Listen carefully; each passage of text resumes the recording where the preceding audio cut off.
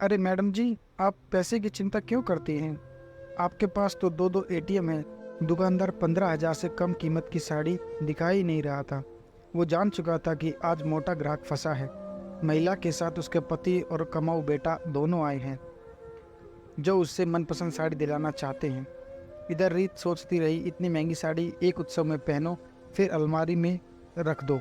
थोड़ी सस्ती ही खरीदी जाए तो ज़्यादा अच्छा रहेगा। रीत ने पसंद न आने का बहाना बनाया, उस दिन साड़ी खरीदी ही नहीं। घर आने पर आंसू ने रीत को झिकते हुए कहा, क्या मम्मी, अब तो आप अच्छी अच्छी साड़ियाँ पहना करें। अब तो आपका बेटा भी नौकरी करने लगा है। पहले की बात कुछ और थी। पापा अकेले कमाने वाले, और ऊपर से हम लोगों की पढ़ाई लिखाई। पुरानी बातें सोचते सोचते आंसू कब अतीत की स्मृति में खो गए, उसे पता ही नहीं चला। सब आंटियाँ के साथ मम्मी भी शॉपिंग करने जाती और कई साड़ी पसंद आने पर बार बार छू कर देखती, तो फिर कीमत पूछने पर महंगी होने के कारण धीरे से सरका देती। फिर बोलती पसंद ही नहीं आई, और सस्ती सी साड़ी लेकर आती और बोलती मुझे तो यही पसंद है। आंसू छोटा होने के कारण समझ ही नहीं पाता था।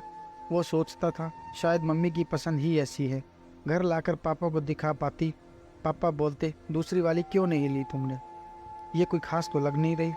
मम्मी का जवाब होता मुझे ऐसी ही चाहिए थी। मम्मी का हमेशा समझौता पूर्वक उत्तर होता, और इन्हें कभी भी कोई शिकायत नहीं रही। हाँ तो मम्मी, आप शाम को तैयार रहिएगा, आपके लिए वो फेमस वाली महंगी दुकान में साड़ी लेने चलेंगे। और पिछली बार की तरह कोई बहाना मत बनाइए, इस बार जो पसंद आएगा बेहिचक खरीद लीजिएगा। ऐसा बोलकर आंसू दफ्तर को चला गया। शाम को बाजार जाने की तैयारी थी।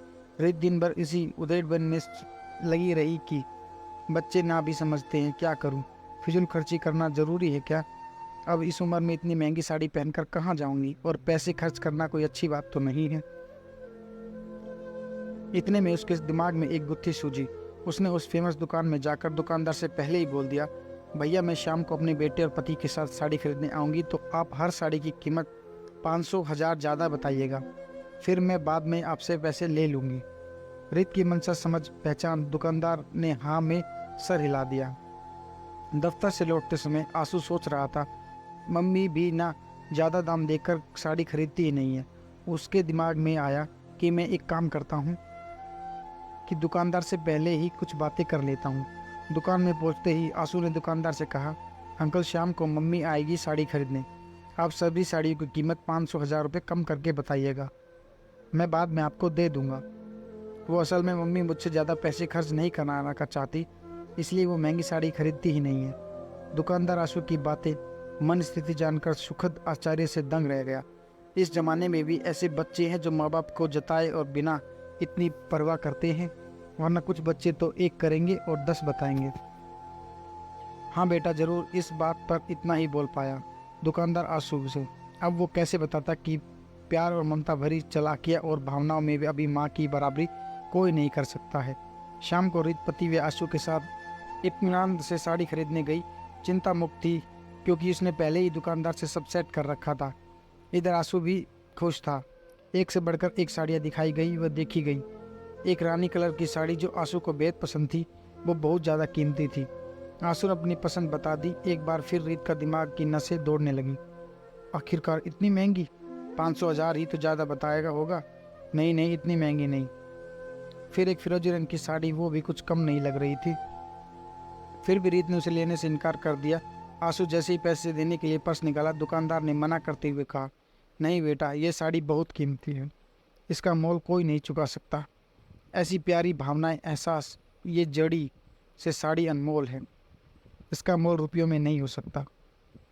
जब बच्चे पढ़ते लिखते हैं तो हर घर में ऐसी परिस्थितियाँ आती हैं, पर आज जो आप अपने माता पिता के लिए कर रहे हैं, वे अवसर बहुत ही घरों में कम देखने को मिलते हैं। पर अंकल, ये पैसे तो रखिए, मैंने बहुत साड़ियों का धंधा किया है, पर पहली बार किसी ग्राहक से मुनाफा कमाने का मन नहीं हो रहा है। ये साड़ी माँ बेटे के प्यार, त्याग और साक्ष्य की है।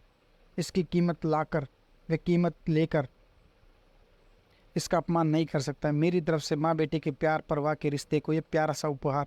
इतना कहकर दुकानदार सोचने लगा, मैंने तो सिर्फ एक साड़ी ही दी है, पर आज इन्होंने तो मुझे ज़िंदगी के रिश्तों की महत्व समझा दिया है।